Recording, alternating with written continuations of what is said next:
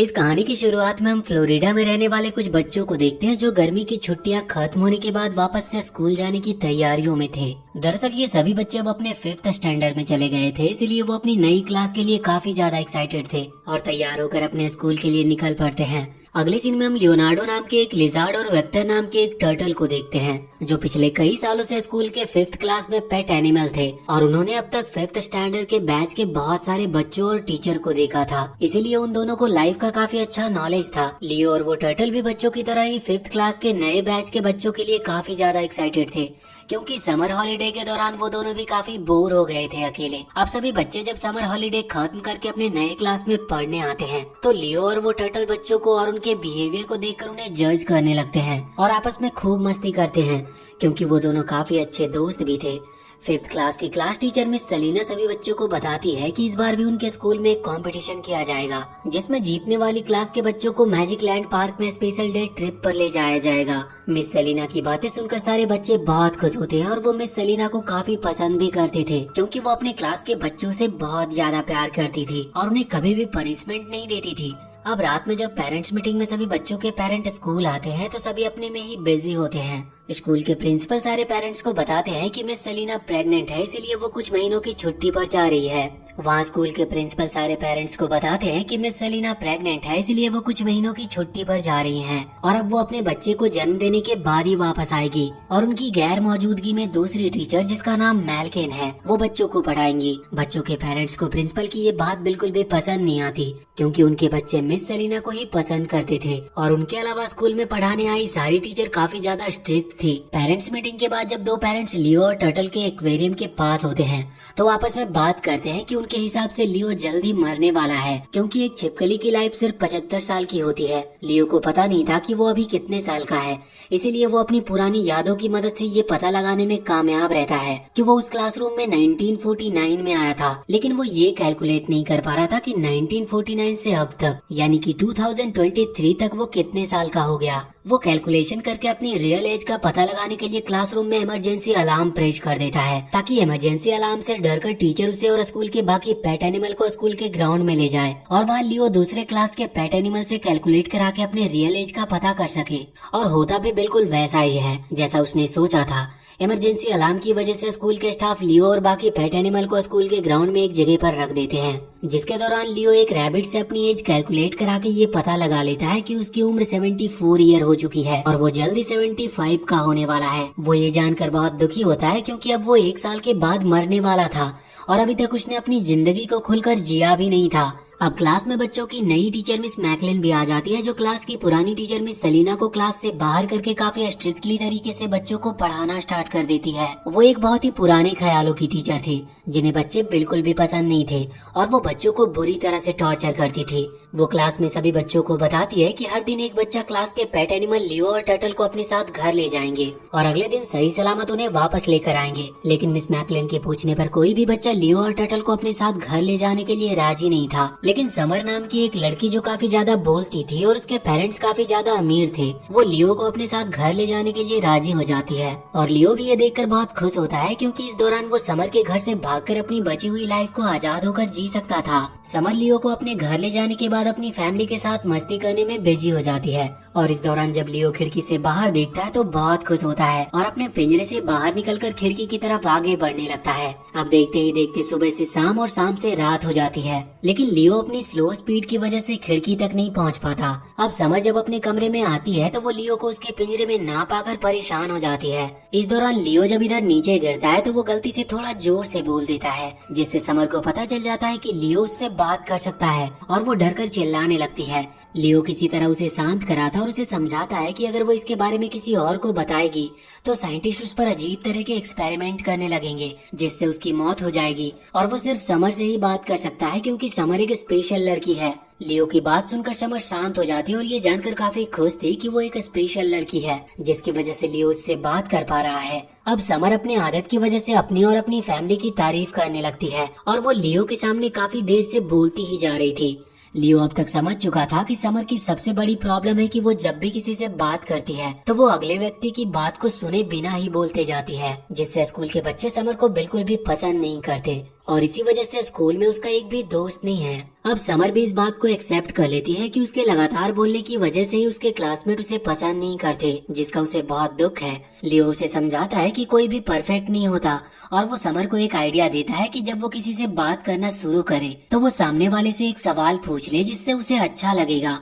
अब समर और लियो जल्दी एक अच्छे दोस्त बन गए थे, क्योंकि समर अपनी सारी प्रॉब्लम लियो के साथ शेयर कर सकती थी। अगले दिन वो लियो को वापस से क्लास में ले जाकर उसके पिंजरे में रख देती है। लियो को वापस देखकर लियो का फ्रेंड टर्टल पूरी तरह से हैरान था, क्योंकि वहाँ पर लियो काफी ज्यादा खुश लग रहा था। अब मिस मैकलिन जब क्लास में वापस से पढ़ाने आती है तो वो सभी बच्चों को अपना लैपटॉप बंद करके मोटी मोटी किताबें पढ़ने को देती है, जिससे सारे स्टूडेंट्स बहुत दुखी होते हैं, क्योंकि मिस मैकलिन के आने से उनका स्टडी करना और भी टफ हो गया था। मिस मैकलिन जब स्टूडेंट से पूछती है कि आज पेट को कौन अपने घर ले जाएगा, तो समर एक बार फिर से लियो को अपने घर ले जाने के लिए अपना हाथ उठाती है, लेकिन मिस मैकलिन इससे साफ साफ मना कर देती है, क्योंकि एक स्टूडेंट सिर्फ एक बार ही किसी पेट को अपने घर ले जा सकता था। इसीलिए अब इलाई नाम का एक लड़का लियो को अपने साथ घर ले जाने के लिए राजी होता है। वो जब लियो को अपने घर ले जा रहा था तो समर इलाई के पास जाती है और उससे उसके घर आकर लियो के साथ टाइम स्पेंड करने के लिए पूछती है। इलाई तो इसके लिए राजी था, लेकिन उसका ड्रोन हर समय उसके साथ ही रहता था और उसका ख्याल रखता था।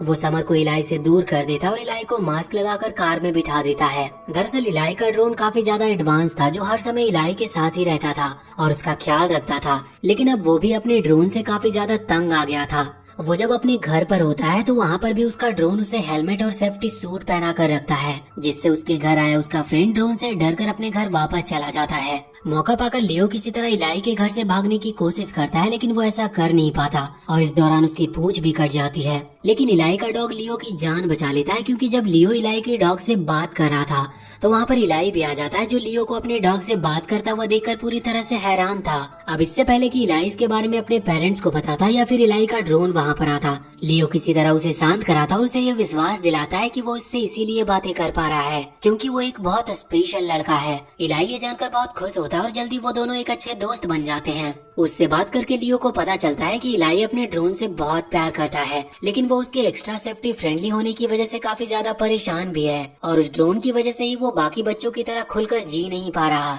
इसीलिए लियो उसे एक आइडिया देता है कि वो अपने प्यारे ड्रोन को एक लेटर लिखे और उसे बताए कि किस प्रकार वो उसके एक्स्ट्रा फ्रेंडली होने की वजह से बहुत दुखी है और अपनी लाइफ को खुलकर नहीं जी पा रहा। इलाई ऐसा ही करता है और जब उसका ड्रोन उसके लेटर को पढ़ता है तो उसे अपनी गलती का एहसास होता है और वो इलाई से नाराज होकर उसके सामने खुद को डस्टबिन में डालने की कोशिश भी करता है। इलाई अपने ड्रोन को ऐसा करता देखकर हैरान था, लेकिन लियो उसे समझाता है कि ड्रोन उसके सामने ये सब नाटक कर रहा है और कुछ देर के बाद वो खुद ही ठीक हो जाएगा। अब क्योंकि इलाई का ड्रोन उसके साथ नहीं था, इसीलिए वो लियो के साथ मिलकर खूब मस्ती करता है। अगले दिन वो लियो को वापस से क्लास में ले आता और काफी ज्यादा खुश लग रहा था। लियो का फ्रेंड टर्टल ये देखकर पूरी तरह से हैरान था कि आखिर लियो को अपने साथ ले जाने वाले बच्चे वापस आने के बाद खुश क्यों होते हैं और लियो को बेस्ट क्यों बताते हैं। अब मिस मैकलिन जब हर दिन की तरह बच्चों से पूछती है कि आज पेट्स को कौन घर ले जाएगा, तो इलाई और समर दोनों ही लियो को अपने घर ले जाने के लिए अपना हाथ उठाते हैं, लेकिन रूल की वजह से मिस मैकलिन उन दोनों को ही मना कर देती है और आज जेडा नाम की एक लड़की लियो को अपने साथ घर ले जाती है।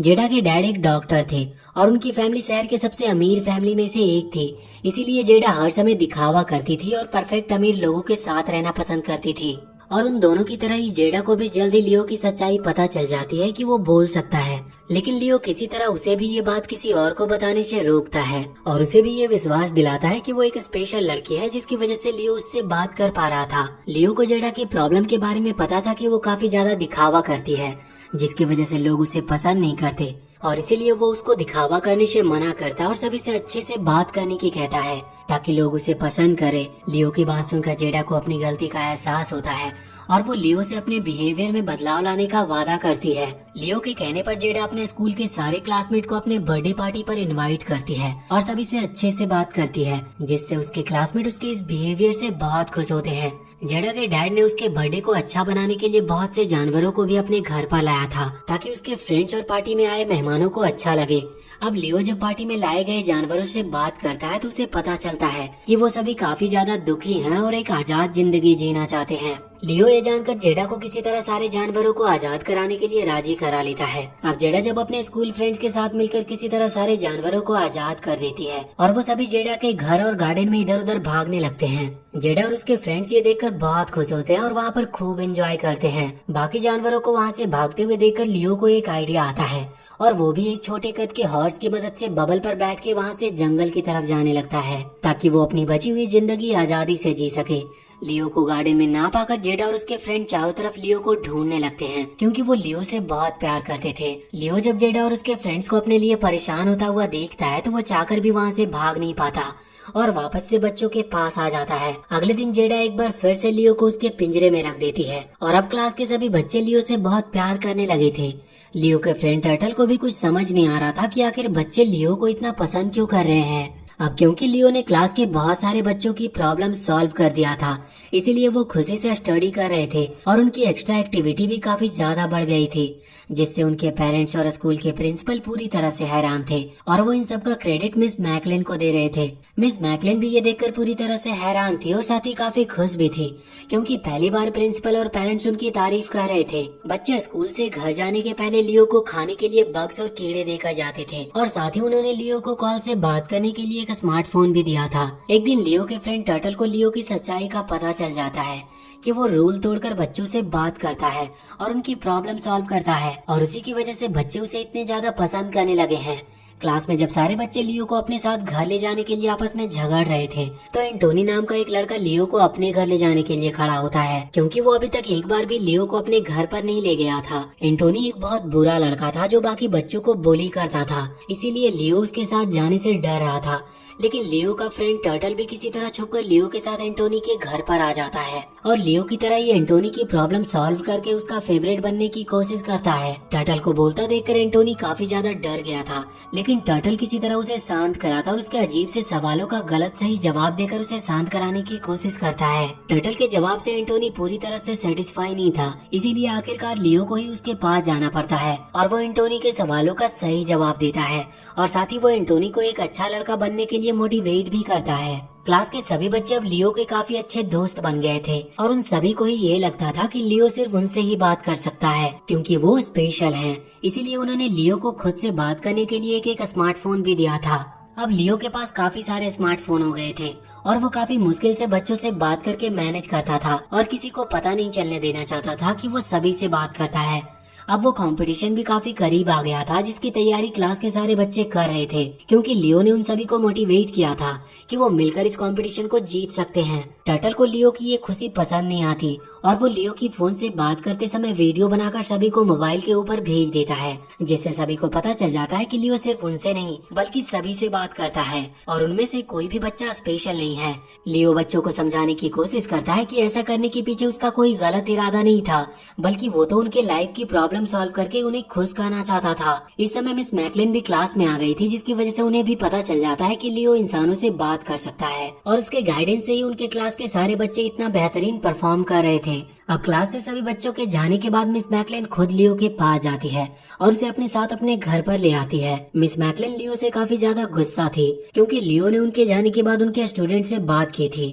मिस मैकलिन से कुछ देर बात करने से लियो को पता चल जाता है कि मिस मैकलिन अपनी लाइफ में पूरी तरह से अकेली है और उन्हें कोई भी प्यार नहीं करता, जिसकी वजह से वो ऐसी बन गई। वो लियो को बताती है कि उन्हें बचपन में भी किसी से प्यार नहीं मिला और उन्होंने अपनी लाइफ का एक बड़ा हिस्सा सिर्फ स्टडी करने में गुजार दिया, जिसके बाद भी वो सिर्फ एक नॉर्मल सी टीचर बनकर रह गई। मिस मैकलिन की प्रॉब्लम जानने के बाद लियो अपने अनुभव से उन्हें भी एक अच्छी टीचर बनने की एडवाइस देता है ताकि स्टूडेंट्स और लोग मिस मैकलिन को भी प्यार करें। मिस मैकलिन भी लियो की बात समझ जाती है और वो अपने क्लास के स्टूडेंट के साथ अच्छे से बात करने का वादा भी करती है। अगले दिन जब वो अपने स्कूल में जाती है तो पहली बार स्टूडेंट से अच्छे से बात करती है, जिससे बच्चों को और उन्हें काफी अच्छा लगता है। क्लास के सारे स्टूडेंट्स लियो से बात किए बिना उसके गैर मौजूदगी में ही कंपटीशन में अच्छा परफॉर्म करते हैं और वो कंपटीशन जीत भी जाते हैं। मिस मैकलिन ने लियो को अपने साथ रखा था और वो कंपटीशन की सारी जानकारी लियो को बता रही थी। लेकिन जब उनकी क्लास के बच्चे कंपटीशन जीत जाते हैं और स्कूल के प्रिंसिपल के साथ ही पेरेंट्स भी क्लास के इस जीत के लिए मिस मैकलिन को क्रेडिट देने लगते हैं, जिससे मिस मैकलिन बहुत खुश होती है और जीत की ट्रॉफी को अपने पास ही रखने का फैसला करती है। वो ये नहीं चाहती थी कि किसी को भी पता चले कि उनके क्लास के बच्चों के कंपटीशन जीतने के पीछे लियो का हाथ है, इसीलिए वो लियो को लेकर अपनी कार से वहाँ से निकल जाती है और लियो को फॉरेस्ट में जाकर छोड़ देती है और वो उसे झूठ बोल देती है कि उनके क्लास के बच्चे कंपटीशन हार गए और वो सभी लियो से नफरत करते हैं। अगले सीन में हम बच्चों को देखते हैं जो क्लास में लियो को ना पाकर काफी ज्यादा परेशान थे। मिस मैकलिन जब क्लास में आती है तो वो सभी से झूठ बोल देती है कि लियो उन सभी को छोड़कर आजादी से अपनी लाइफ जीने के लिए चला गया और मिस मैकलिन ने खुद लियो की तरफ से एक झूठा नोट भी लिख दिया था। अब सभी बच्चों को विश्वास हो जाता है कि लियो उनको छोड़कर चला गया है, इसीलिए वो लियो के बिना ही मैजिक लैंड ट्रिप पर घूमने के लिए निकल पड़ते हैं। अब लियो के फ्रेंड टर्टल को भी अपनी गलती का एहसास हो चुका था कि उसने जेलस की वजह से अपने फ्रेंड लियो का साथ नहीं दिया, क्योंकि वो जानता था कि मिस मैकलिन झूठ बोल रही है और वो लियो को अपने साथ ले गई थी। इसीलिए वो टर्टल किसी तरह इलाई के ड्रोन को कमांड देकर अपने पास बुलाता है और फिर ड्रोन के साथ उड़ते हुए उस बस के पास आ जाता है जिससे मिस मैकलिन बाकी बच्चों के साथ ट्रिप पर जा रही थी।